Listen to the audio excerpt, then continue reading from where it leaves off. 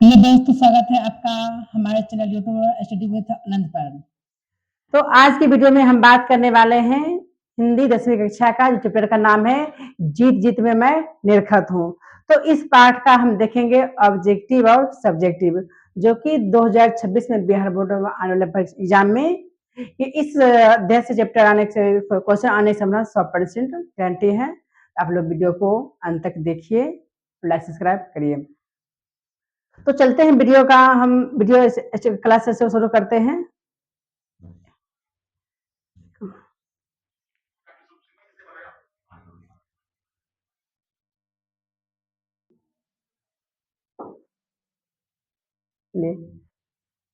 आपके सामने क्वेश्चन आ गया है कि पंडित बिरजू महाराज किस कला से संबंधित है। यानी पंडित बिरजू महाराज जो है उनके पास कौन सी कला से वो बड़ा फेमस थे, संबंधित थे।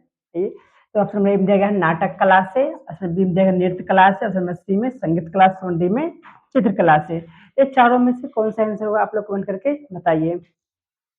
तो इसका आंसर हो जाएगा ऑप्शन नंबर डी हो जाएगा कि पंडित बिरजू महाराज जी नृत्य कला से संबंधित थे। चलते हैं इस क्वेश्चन को कि बिरजू महाराज किस घराने से आते हैं। यानी बिरजू महाराज किस घराने से आते हैं, वो कहाँ के रहने वाले थे। इसका ऑप्शन नंबर ए दिया गया इसका लखनऊ से, ऑप्शन बी में दरभंगा, ऑप्शन सी में जयपुर से, ऑप्शन डी में कानपुर से। तो लखनऊ सॉरी बिरजू महाराज किस घराने से, आप लोग इसे बताइए कौन सा इसका। तो इसका आंसर हो जाएगा ऑप्शन नंबर ए हो जाएगा कि बिरजू महाराज किस घराने से, ऑप्शन ए जाएगा लखनऊ से। बिरजू महाराज जी लखनऊ से थे। चलते हैं जीत जीत मैं निरखत हूँ किस विधा की रचना है। जीत जीत मैं निरखत हूँ ये पाठ जो लिखा गया हो किस विधा से लिया गया, निबंध है या निबंध है या किसी व्यक्ति के बारे में लिखा गया है या आत्मकथा है या साक्षात्कार है। तो इन चारों में से कौन सा आंसर होगा, आप लोग कौन करके बताइए। जीत में निरखत हूँ किस विधा की रचना है। इसका आंसर हो जाएगा ऑप्शन नंबर हो जाएगा इसका डी हो जाएगा कि साक्षात्कार। गीत में निरखत हुआ किस विधा से है, इस साक्षात्कार विधा से रचित लिखा गया है। अगला क्वेश्चन है कि बिरजू महाराज के बाबूजी हनुमान जी को प्रसाद क्यों मांगे थे, यहाँ मतलब क्यों चढ़ाए थे उसमें से। बिरजू महाराज पिताजी मतलब हनुमान जी को प्रसाद क्यों चढ़ाए थे, किससे चढ़ाए थे, क्यों मन्नत मांगे थे। इसका आंसर ऑप्शन नंबर एक देगा नौकरी मिलने हेतु, ऑप्शन बी में नौकरी छूटने हेतु, ऑप्शन सी में नृत्य में सफलता हेतु, ऑप्शन डी में बालक के स्वस्थ हेतु। तो बिरजू महाराज पिताजी हनुमान जी प्रसाद क्यों चढ़ाए थे। तो इसका आंसर कौन सा होगा, आप लोग कमेंट करके बताइए। इसका आंसर ऑप्शन नंबर हो जाएगा डी हो जाएगा कि नौकरी छूटने हेतु। यानी बिरजू महाराज पिताजी ने हनुमान जी से मन्नत मांगे थे कि जब मेरा नौकरी छूट जाएगा तो हम आपको प्रसाद चढ़ाएंगे। चलते हैं क्वेश्चन को कि बिरजू महाराज का जन्म हुआ था। इन्हें बिरजू महाराज का जन्म कब हुआ था, कौन समय में, तो समय का आप लोग को बताना है। और समय दिया गया है शुक्रवार बसंत पंचमी के दिन, और बी में शुक्रवार बसंत पंचमी के एक दिन पहले, बी में सी में शुक्रवार बसंत पंचमी के एक दिन बाद, और सी में डी में शुक्रवार बसंत पंचमी के 2 दिन बाद। तो बिरजू महाराज का जन्म किस समय से पहले या बाद हुआ है, आप लोग कमेंट करके आंसर बताना है। अगर जानते हैं तो आप लोग कमेंट करके बताइए। इसका आंसर हो जाएगा कि बिरजू महाराज का जन्म बसंत पंचमी शुक्रवार बसंत पंचमी के एक दिन पहले ही इनका जन्म हुआ बिरजू महाराज का। इसका आंसर हो जाएगा ऑप्शन नंबर इसका डी हो जाएगा, इसका आंसर ये होगा। चलते हैं क्वेश्चन को कितने वर्ष की उम्र में बिरजू महाराज नवाब साहब को पसंद आ गए थे। इन्हीं बिरजू महाराज से मतलब जहां नवाब साहब क्या रहते थे, बिरजू महाराज कितने साल की उम्र में उनको पसंद आ गए थे। इसका आंसर कौन सा ऑप्शन में दिया गया, 4 साल में, बी में 5 साल में, सी में 6 साल, डी में 7 साल में। तो कौन सा आंसर होगा, आप लोग करके इसका बताइए। कैसे हो जाएगा? ऑप्शन नंबर हो जाएगा सी, मतलब 6 साल की उम्र में। यानी जब बिरजू महाराज जब छोटे थे तो मतलब छोटे से थे तो डांस को अच्छे करते, वो अच्छे नाचते थे। तो नाचने को दृश्य को देखकर नवाब साहब ने बिरजू महाराज को 6 साल की उम्र में ही उनको पसंद करने लगे थे। चलते रहिए क्वेश्चन की ओर। दिल्ली में हिंदुस्तानी डांस म्यूजिक स्कूल किनका था? ऑप्शन नंबर ए में दिया गया है निर्मला जी का, ऑप्शन नंबर बी में विमला जी का, ऑप्शन नंबर सी में श्यामा जी का, ऑप्शन नंबर डी में प्रतिभा जी का। दिल्ली में जो हिंदुस्तानी डांस म्यूजिक को किनका था? तो निर्मला जी का था, या विमला जी का, या श्यामा जी का, या प्रतिभा जी का।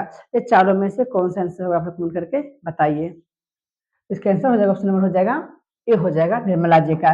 जो दिल्ली में जो मतलब डांस म्यूजिक सिखाने का संस्था था वो संस्था निर्मला जी का ही था। चलते हैं इस क्वेश्चन को। बाबूजी की मृत्यु के समय बिरजू महाराज जी की उम्र क्या थे? जब बिरजू महाराज जब पिताजी जब मृत्यु हो गए थे तो उस समय बिरजू महाराज जी का कितना एज थे, कितना? उसमें एक दिया गया है 9 साल का, बी में 10 साल का, सी में 6 साल का, डी में 9.5 साल का। इस चारों में से कौन सा आंसर होगा आप लोग कमेंट करके बताइए। तो इसका आंसर ऑप्शन नंबर हो जाएगा डी 9.5 साल का। जब बिरजू महाराज के पिताजी जब चल बसे थे तो उस समय बिरजू महाराज का उम्र 9.5 साल का थे।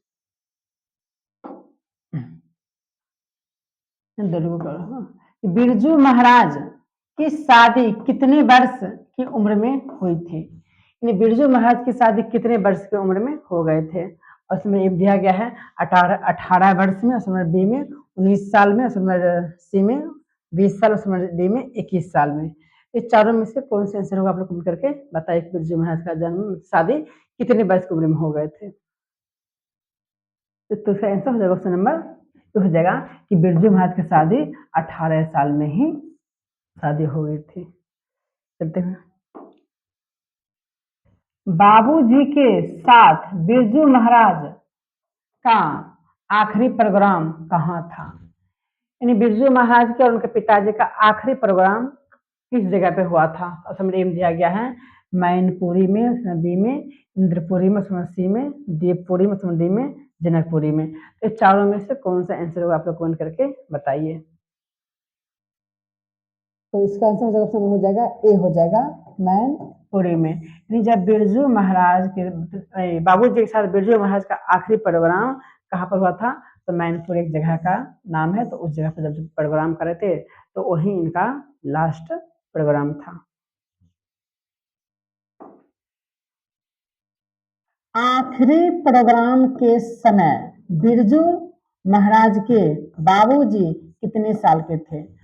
नहीं, जब इससे पहले क्वेश्चन था कि उनका आखिरी प्रोग्राम कहाँ पर हुआ था, किस जगह पर हुआ था।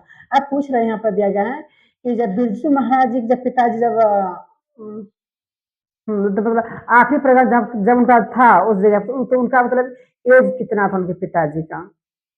ऑप्शन में एम दिया गया है 53 वर्ष का, उसमें बी दिया गया 54 वर्ष का, उसमें डी दिया 55 का, उसमें डी दिया गया 56 का। इस चारों में से कौन सा आंसर होगा आप लोग कमेंट करके बताइए। इसका आंसर हो जाएगा, ऑप्शन नंबर हो जाएगा बी हो जाएगा कि उनका एज कितना था? 54 साल के थे, तो इसमें इनका मृत्यु हुआ था। चलते हैं इस को।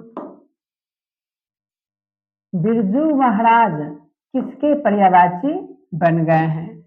बिरजू महाराज भी किसके पर्यायवाची बन गए हैं? उनका मतलब उनका ही नाम मतलब उनका नाम किसी और भी संगीत में नाम लिया जाता है। उसमें एम दिया गया है राजस्थानी नृत्य में, उसमें बी में शास्त्रीय संगीत में, उसमें सी में कथक में, उसमें डी में भांगड़ा में। तो बिरजू महाराज के किसके पर्यायवाची बन गए? आप लोग इसका आंसर बताइए, कौन सा आंसर इसका होगा। तो इसका आंसर हो जाएगा, ऑप्शन में हो जाएगा सी हो जाएगा कथक। यानी बिरजू महाराज किसके पर्यायवाची हैं? तो कथक का पर्यायवाची बन गए हैं।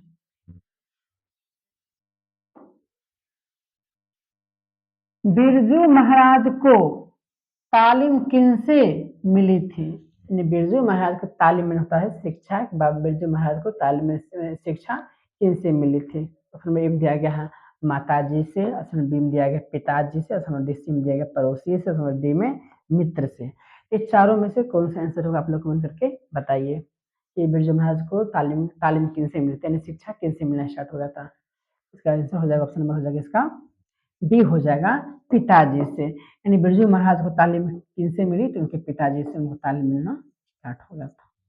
चलते हैं इसको बनकर। रसीम वाजपेयी संपादक हैं। रसीम वाजपेयी क्या संपादक होता है, उसमें देगा नट रंग पत्रिका की, बी में रंग कर्म पत्रिका की, और सी में नटराज पत्रिका की, और डी में रंगमंच पत्रिका की। इस चारों में से कौन सा आंसर होगा, अपना कौन करके बताइए कि रसीम वाजपेयी किसके संपादक अंतर्गत आती है, किस पत्रिका के अंतर्गत। ऑप्शन में हो जाएगा बी हो जाएगा कि रसीम वाजपेयी क्या है, रंग कर्म पत्रिका की अंतर्गत आती है, इनके संपादक हैं।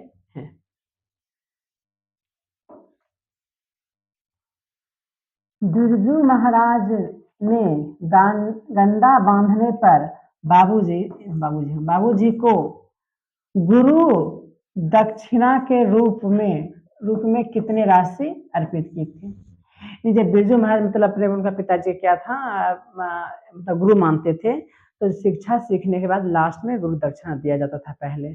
तो वही मतलब वो सब शिक्षा सीख गए थे, तो मतलब तो उनका मतलब गुरु मानते पिताजी को, तो उसको गुरु दक्षिणा में कितना रुपया दिए थे, आप लोग मुझे बताइए। इसका आंसर एम जाएगा 200 रुपये, उसमें जाएगा 300 रुपये, उसमें सी जाएगा 400, तो उसमें मिलेगा 500। तो बिरजू महाराज ने कितने रुपये की राशि अर्पित की थी गुरु दक्षिणा के भेंट स्वरूप।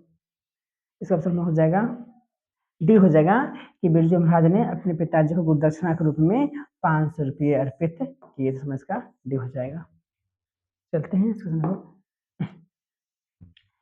बिरजू महाराज की शिष्या है, बिरजू महाराज की शिष्या कौन थे, आइए।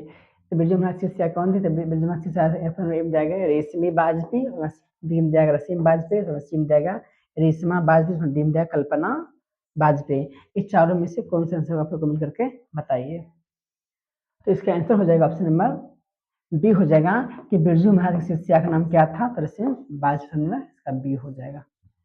चलते हैं क्वेश्चन पर। बिरजू महाराज को संगीत नाटक अकादमी अवार्ड कब मिला था। बिरजू महाराज को संगीत अकादमी पुरस्कार किस मतलब कब मिला था, कौन सी उम्र में। तो जाएगा 27 साल की उम्र में, बी जाएगा 31 साल की उम्र में, उसमें सी जाएगा 29 साल की उम्र में, उसमें डी जाएगा 30 साल की उम्र में। ये चारों में से कौन सा आंसर होगा, आप लोग करके बताइए। बिरजू महाराज कितने वर्ष की उम्र में उनको संगीत नाटक अकादमी पुरस्कार दिया गया था। तो उनको इसका हो जाएगा ये हो जाएगा कि 27 साल के उम्र में उनको संगीत अकादमी अवार्ड दिया गया था बिरजू महाराज को। चलते हैं इसको। बिरजू महाराज के शागिर्द हैं, यानी बिरजू महाराज के मतलब शागिर्द के बिरजू महाराज के शागिर्द कौन कौन इसमें है, उसमें दिया गया है सरस्वती डी दिया गया, भानुमति दिया गया, सरस्वती डी दिया गया, स्वाति। इस चारों में से कौन सा आंसर आप लोग कमेंट करके बताइए, इसका ऑप्शन कौन सा होगा। तो इसका ऑप्शन में इसका आंसर ऑप्शन में हो जाएगा ये हो जाएगा 703 का क्या थे, इनके शागिर्द जिसको माना गया है, ऑप्शन में इसका ये हो जाएगा। चलते हैं इसको।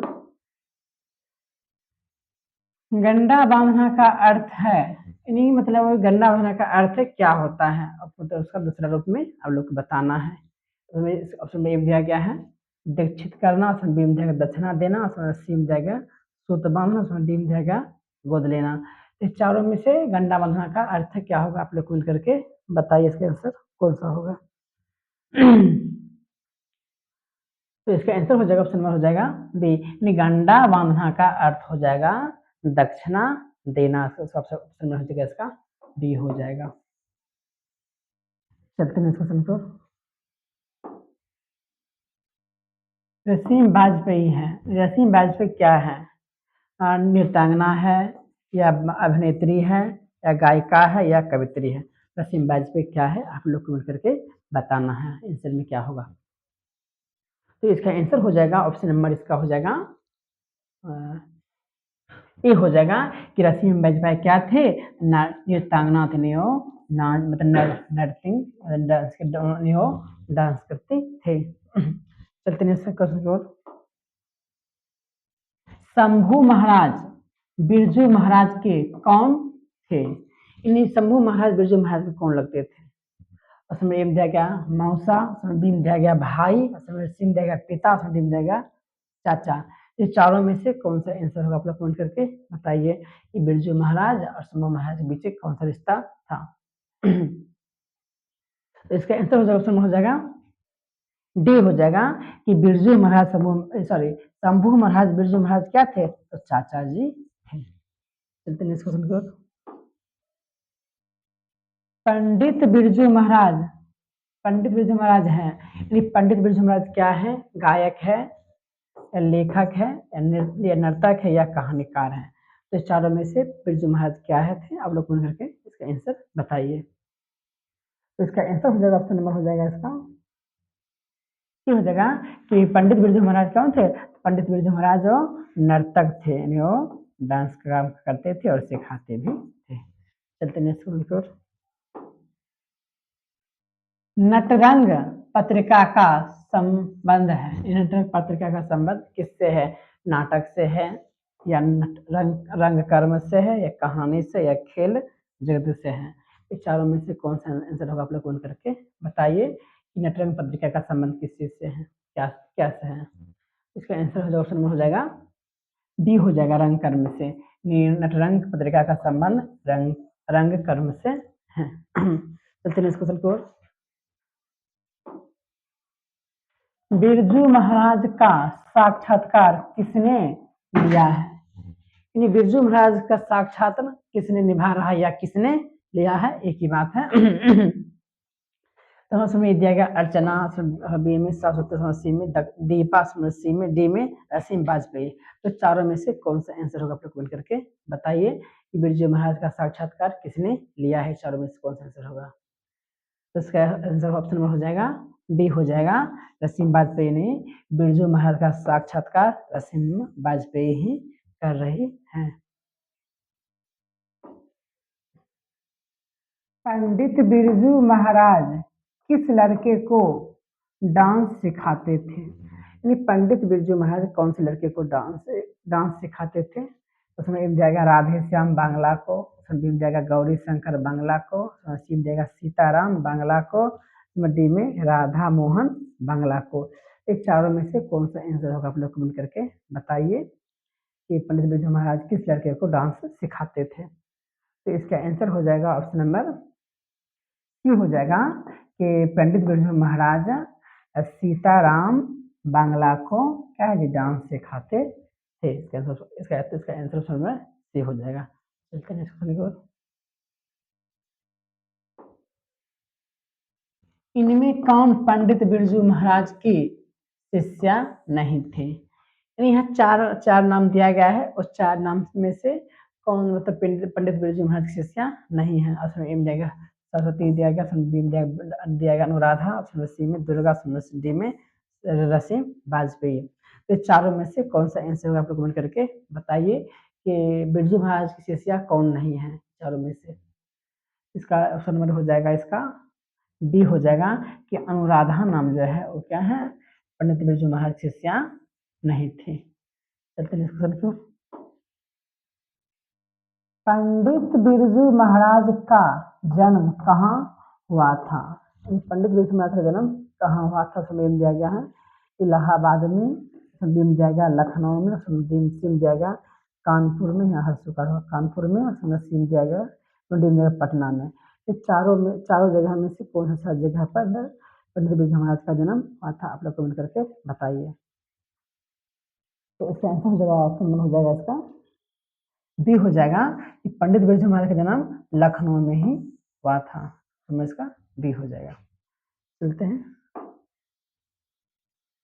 पंडित बिरजू महाराज के गुरुआइन कौन थे? यानी पंडित बिरजू महाराज का एक मतलब गुरु था, एक क्या था गुरुआइन। तो उनका गुरुआइन कौन थे?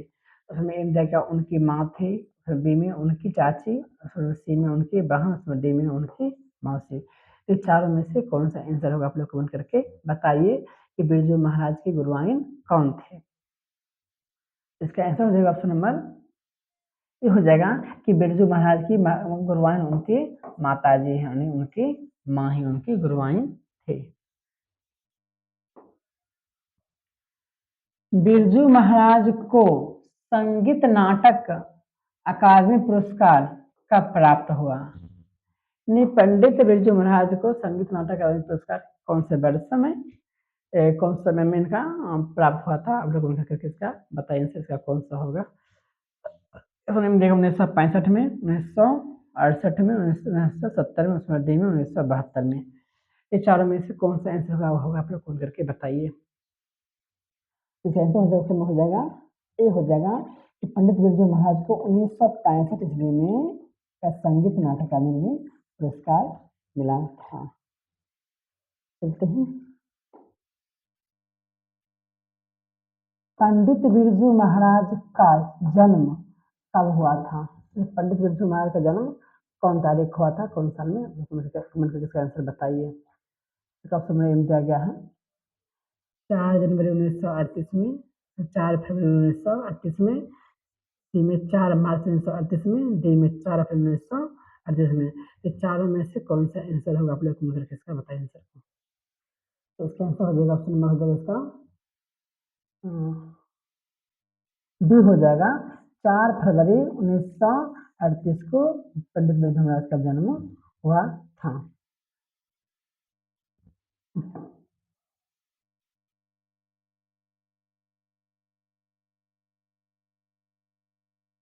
बिरजू महाराज के प्रारंभिक नृत्य शिक्षा किनसे प्राप्त हुआ था?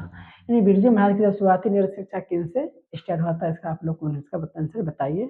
में दिया गया पिताजी से, बी में माता जी से, सी में कपिला जी से, डी में इनमें से सभी। ये चारों में से कौन सा आंसर कूद करके इसका आंसर बताइए। उनको प्रारंभिक नृत्य शिक्षा किनसे प्राप्त हुए थे?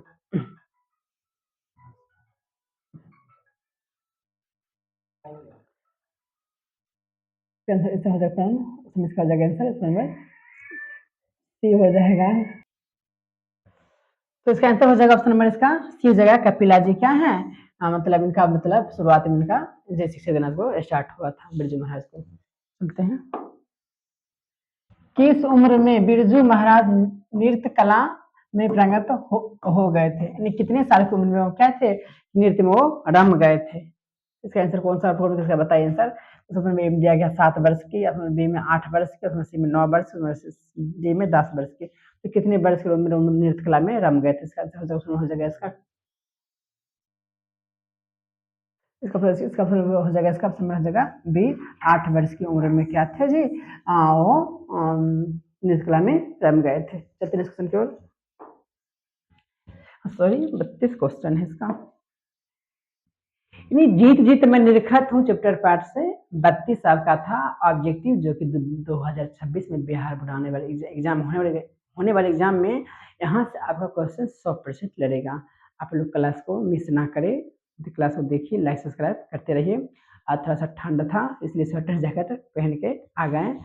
तो अब चलते हैं कि इस चैप्टर का देखते हैं सब्जेक्टिव में क्या दिया गया है। आइए जानते हैं। क्लास देखना मिस नहीं करिए।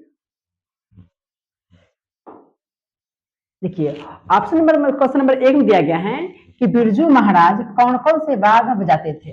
बिरजू महाराज जो थे वो क्या कौन कौन से वाद्य यंत्र बजाते थे, कौन कौन से बजाते थे? इसका ऑप्शन दिया गया है, दिया गया कि बिरजू महाराज सितार, गिटार, हारमोनियम, बांसुरी इत्यादि वाद्य यंत्र बजाते थे। यानी बिरजू महाराज जो थे मतलब नर्तक भी थे और साथ में कुछ बजाते भी थे, जैसे सितारा हो गया, गिटार हो गया, हारमोनियम हो गया, बांसुरी हो गया, ये सब मतलब बहुत से वाद्य यंत्र बजाते थे। चलते हैं इस क्वेश्चन की ओर। किनके साथ नाचते हुए बिरजू महाराज को पहली बार प्रथम पुरस्कार मिला? अब यहाँ पर दिया गया है कि जब बिरजू महाराज किस समय किनके साथ जब वो डांस कर रहे थे, नाच रहे थे, तो उनको मतलब पुरस्कार मिला था। ऑप्शन में दिया गया है शंभू महाराज चाचा जी एवं बाबूजी के साथ नाचते हुए बिरजू महाराज को पहली बार प्रथम पुरस्कार मिला था। यानी जब बिरजू महाराज के पिता भी थे और चाचा भी थे, तो सभी लोग आपस में मतलब साथ ही डांस करते, तो उनके उनके सामने नाचते हुए थे, तो उनके फर्स्ट उनके सामने पंडित महाराज, शंभू महाराज और चाचा जी एवं बाबू जी के साथ नाचते हुए में तो पहले प्रथम पुरस्कार बिरजू महाराज को ही दिया गया था। चलते हैं क्वेश्चन की ओर। लखनऊ और रामपुर से बिरजू महाराज का क्या संबंध है? लखनऊ और रामपुर से बिरजू महाराज का क्या संबंध हुआ था? तो ऐसा नहीं, बिरजू महाराज का जन्म लखनऊ में हुआ था और रामपुर में महाराज जी का अत्यधिक समय बीतता व्यतीत हुआ था एवं वहां विकास का सुअवसर मिला था। ये उनका जन्म लखनऊ में हुआ था, लेकिन जो भी उनका मतलब लखनऊ से उनका जन्म हुआ, लेकिन वहां रहने का मतलब जैसे मतलब वो नर्तकी थे तो वहां पर रामपुर में क्या जी रामपुर में ही रहा करते थे और वहीं से उनका जीवन व्यतीत सबसे ज्यादा अधिक कहाँ से हुआ? तो रामपुर में ही हुआ और वहीं से उनका विकास सुअवसर मिला था। इसीलिए रामपुर से मतलब लखनऊ रामपुर से यहाँ इनका दोनों जगह के संबंध के बारे में बताया गया था कि लखनऊ में का जन्म हुआ और रामपुर में ही उन्होंने जो भी मतलब नृत्य किए तो वहीं से इनका स्टार्ट हुआ, रामपुर से ही। चलते हैं क्वेश्चन की ओर। नृत्य की शिक्षा के लिए पहल बिरजू महाराज किस संस्था से जुड़े और वहां किनके संपर्क में आए? नृत्य की शिक्षा के लिए बिरजू महाराज किस संस्था से जुड़े और वहां किनके संपर्क में आए? जहां पे भी नाम लिखा जाएगा फिर किसी संपर्क में आना पड़ता है, तो हम सबसे पहले किनके संपर्क में बिरजू महाराज आए जानते हैं। तो नृत्य की शिक्षा के लिए पहल बिरजू महाराज जी दिल्ली में हिंदुस्तानी डांस म्यूजिक से जुड़ी और वहां निर्मला जी जोशी के संपर्क में आए। यानी नृत्य की शिक्षा के लिए पहल दिल्ली में हिंदुस्तान डांस म्यूजिक से जुड़ी और वहां निर्मला जोशी जी के संपर्क में आए। बिरजू महाराज की कला के बारे में आप क्या जानते हैं? समझाकर लिखिए। बिरजू महाराज जी की कला के बारे में आप कितना जानते हैं उसके बारे में आपको थोड़ा सा लिखिए। दिया गया है बिरजू महाराज नृत्य की कला में माहिर थे, वे नाचने की कला के मर्मज्ञ थे। बचपन से नाचने का अभ्यास करते थे और कला का सम्मान करते थे। बिरजू महाराज नृत्य की कला में माहिर थे, नाचने की कला में उनका माहिर थे। ऐसा क्यों? क्योंकि बिरजू महाराज जी बचपन से ही नाच कला देखते और नाच कला करते ही आए। तो धीरे धीरे वो क्या कि जितना आगे बढ़ते गए उनका कला में और भी क्या है, उन कला में और भी दिखने का दिलचस्पी खिंचता गया। बचपन से नाच करते थे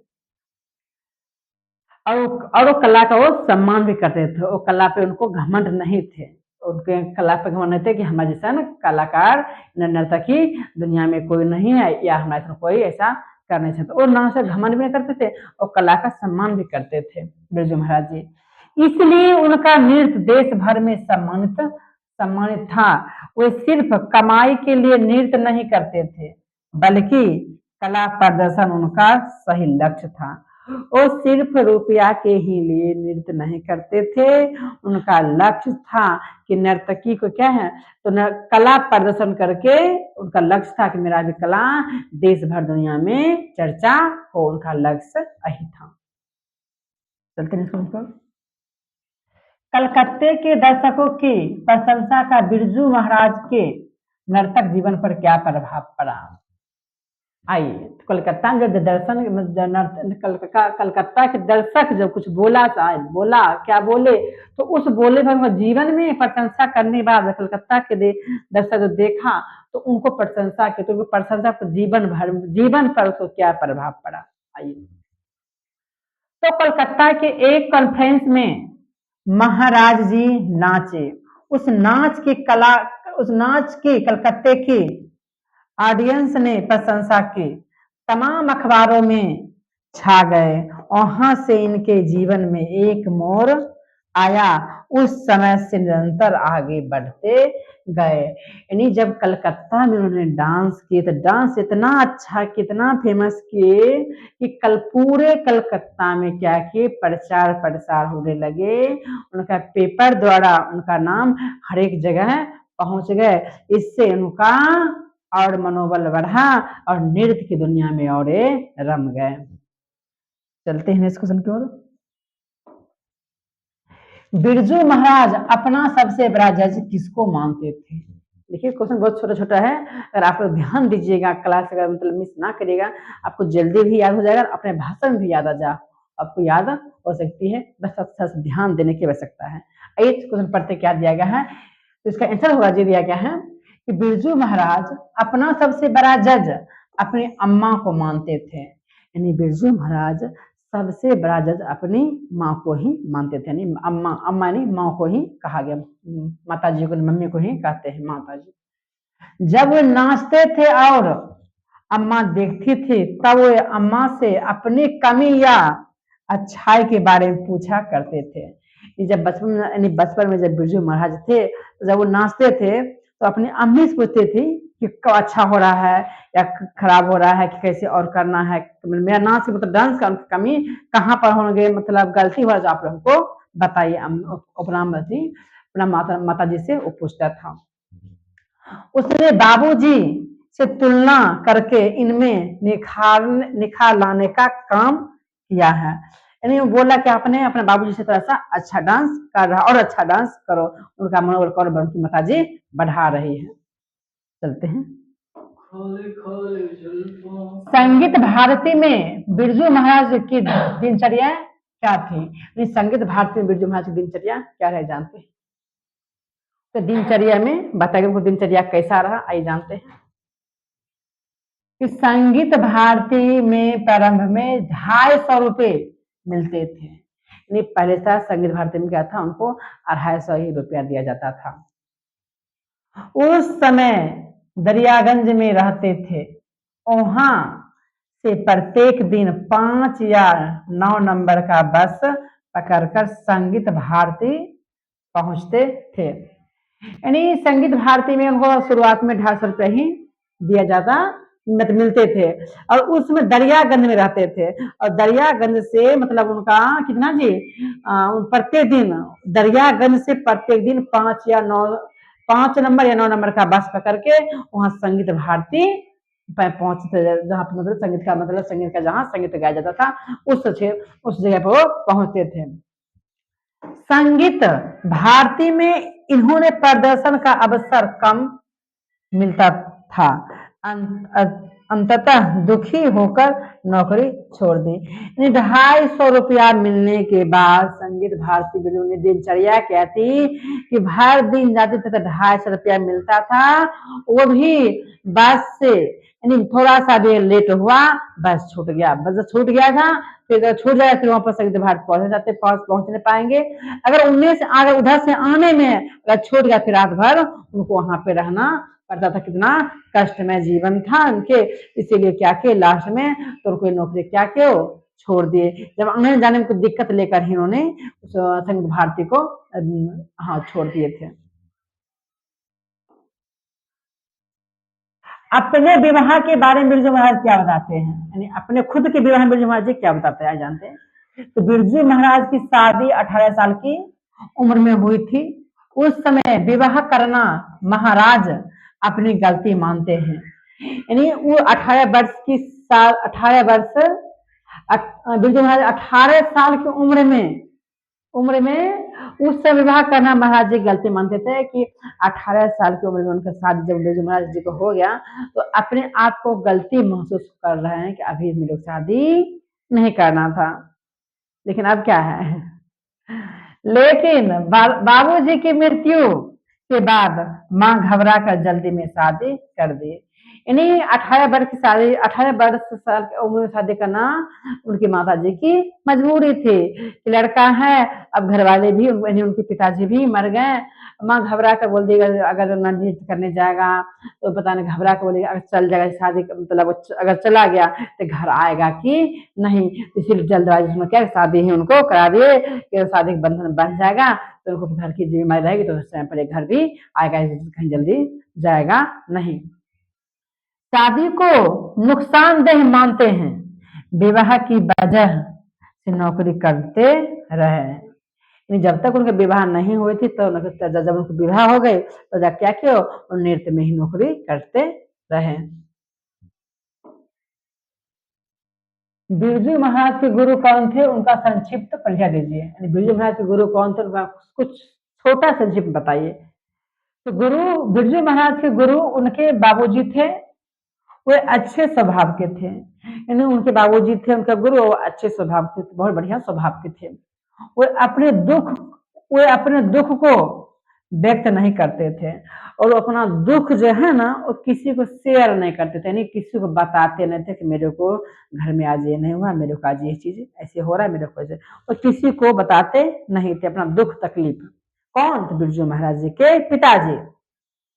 वे मतलब उन्होंने कला से बेहद प्रेम था, उनको कला से बेहद प्रेम था। कौन सी कला? तो नृत्य कला, नाटक कला। जब बिरजू महाराज 9.5 साल के थे, उसी समय बाबूजी की मृत्यु हो गई।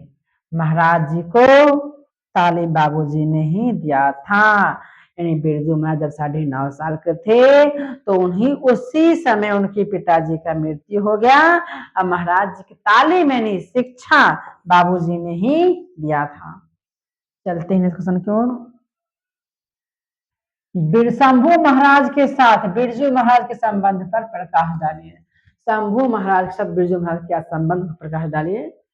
तो शंभू महाराज के साथ बिरजू महाराज बचपन में नाचा करते थे।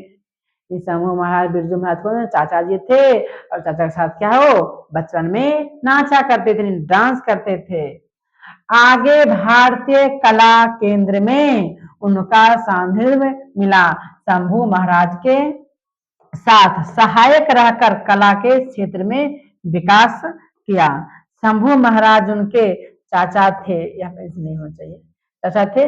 बचपन से महाराज को उनका मार्गदर्शन मिला, यानी शंभू महाराज क्या थे? बिरजू महाराज के चाचा थे। बचपन में जहाँ लगता था वो डांस प्रोग्राम करते थे, और साथ में भी एक सहायक बनकर रहने के कला क्षेत्र में जहां जहां विकास के मतलब कला क्षेत्र में विकास किया था, यानी उन्हीं साथ में रहते, हमेशा साथ में जहाँ रहते थे साथ में लेके जाते थे। चलते हैं क्वेश्चन की ओर। रामपुर के नवाब की नौकरी छूटने पर हनुमान जी को प्रसाद क्यों चढ़ाया? आइए, नौकरी मिलता है, नौकरी छूटने पर प्रसाद क्यों चढ़ाए थे? आइए, दिक्कत क्या था? तो रामपुर के नवाब की नौकरी छूटने पर हनुमान जी को प्रसाद चढ़ाया गया, क्योंकि महाराज जी 6 साल की उम्र में नवाब साहब के यहाँ नाचते थे।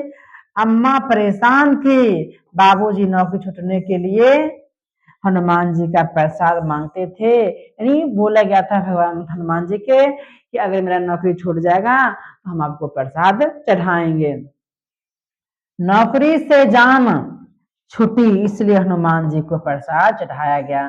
जब नौकरी छूट गया तो क्या किया उन्हें हनुमान जी को प्रसाद चढ़ाया कि मेरा आज क्या है मतलब मन्नत आपने पूरी कर दी, इसीलिए प्रसाद चढ़ाया गया। चलते हैं क्वेश्चन को। बिरजू महाराज की अपने शागिर्द के बारे में क्या राय है? बिरजू महाराज के अपने शागिर्द के बारे में क्या राय है, आइए जानते हैं। उसमें दिया गया है बिरजू महाराज अपने शिष्य रसीम वाजपेयी को भी अपना शागिर्द बताते हैं। बिरजू महाराज अपने शिष्य रसीम वाजपेयी को अपना शागिर्द बताते हैं। वे उन्हें सरस्वती कहते हैं। इसके साथ ही बैरोनिक, फिलिप, मैकलिन, तक, तीरथ, प्रताप, प्रदीप, दुर्गा इत्यादि को प्रमुख शागिर्द बताते हैं। वे लोग तरक्की कर रहे हैं, प्रगतिशील बने हुए हैं, इसकी भी चर्चा किए हैं।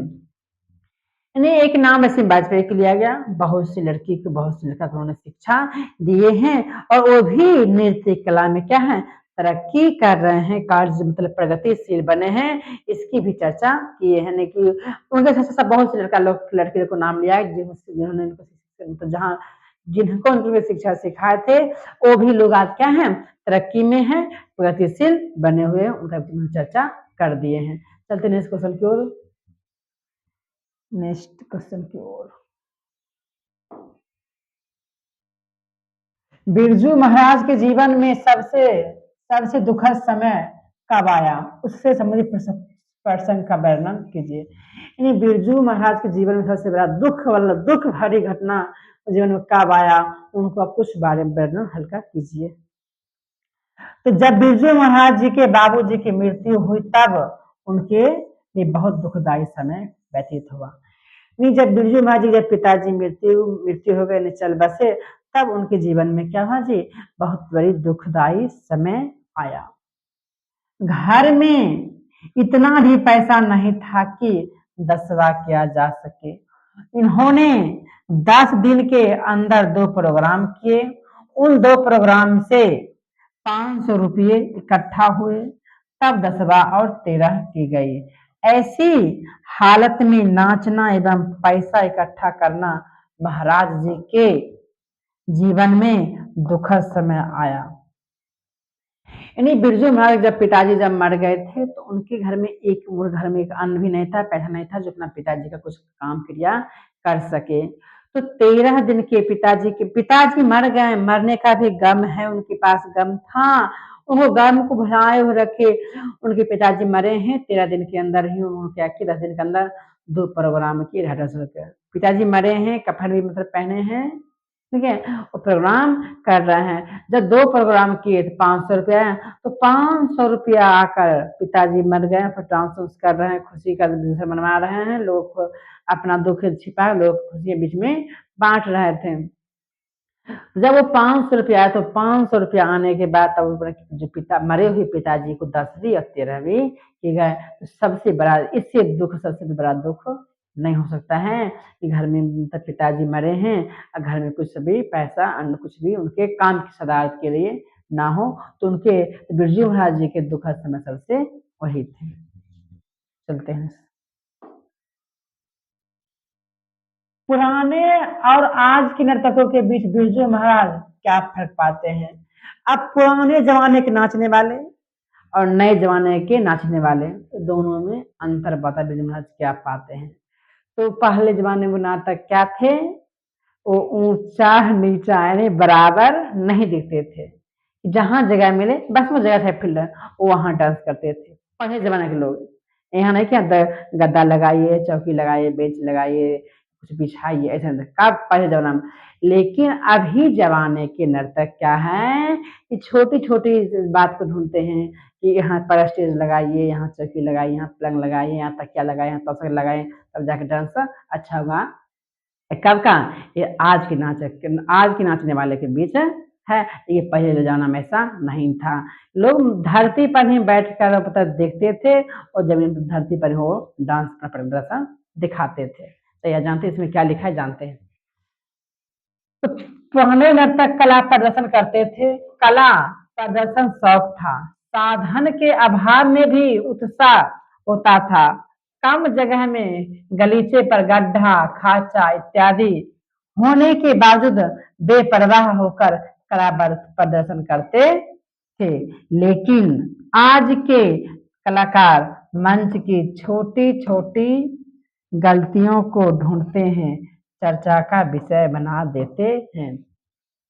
यानी पहले नर्तक क्या था, जो इस पहले बोले ही दिए हैं कि पहले नर्तक क्या था, गड्ढा हो या थोड़ा सा मतलब मिट्टी बराबर ना हो या कुछ बिछाया भी नहीं गया हो, तब पर भी डांस कर लेते थे। अब उनको मतलब कला दिखाना था, उनको नहीं तसक तकिया नहीं चाहिए। अभी जमाना में क्या था, उनको तसक तकिया चाहिए और क्या है, पलाई यानी चौकी बराबर में चाहिए लगा हुआ। और छोटी छोटी गलती क्या है, उन्हें पूरा बड़ा विस्तार विषय बना देता है नाच। चलते हैं इसको।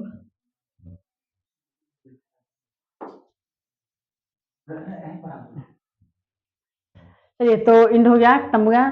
तो जीत जीत मैं निरखत हूँ पाठ का ऑब्जेक्टिव और सब्जेक्टिव दोनों आपका संपन्न हो चुका है। तो आप लोग इस क्लास को देखना ना भूले और लाइक सब्सक्राइब करना ना भूले। तो मिलते हैं अगला क्लास में।